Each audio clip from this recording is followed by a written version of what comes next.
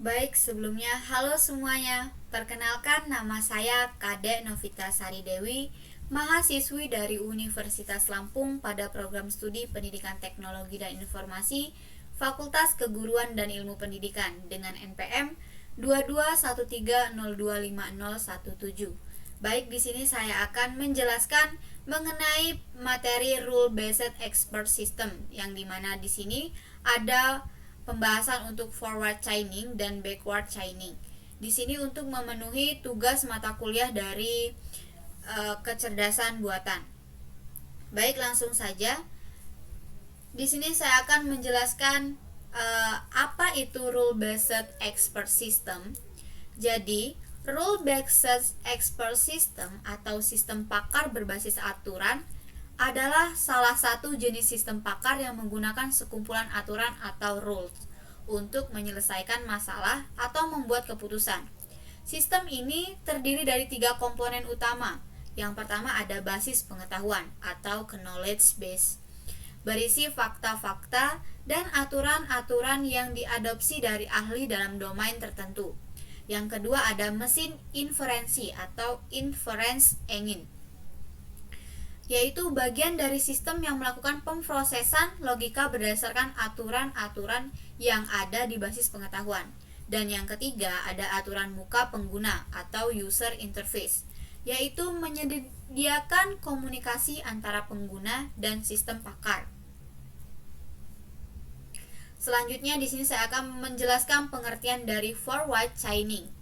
Forward chaining atau penelurusan maju ialah metode inferensi di mana proses penarikan kesimpulan dimulai dari fakta-fakta yang ada menuju konklusi atau solusi.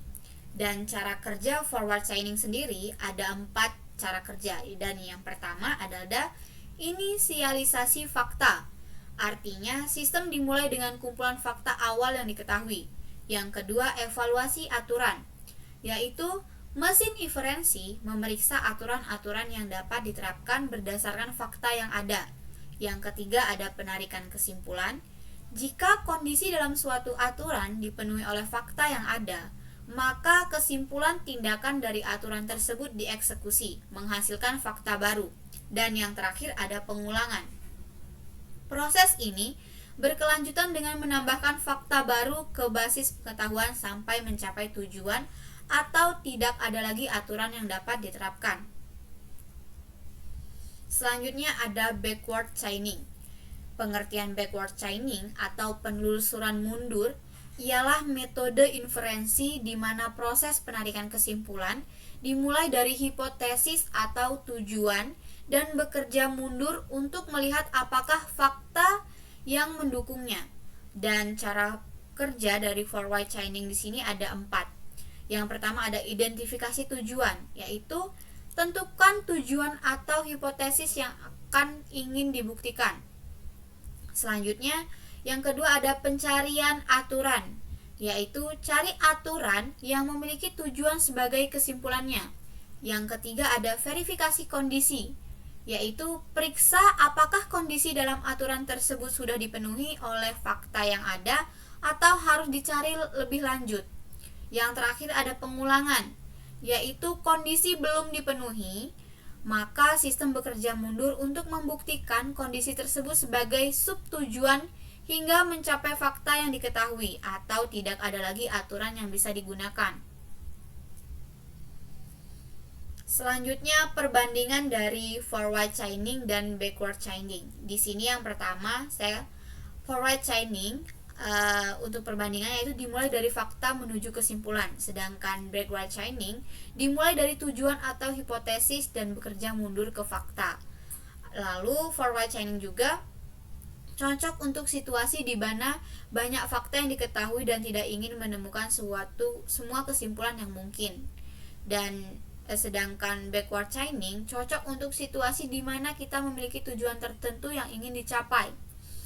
Perbandingan lain yang terakhir yaitu forward chaining, proses inferensi cenderung lebih luas dan dapat menghasilkan banyak informasi.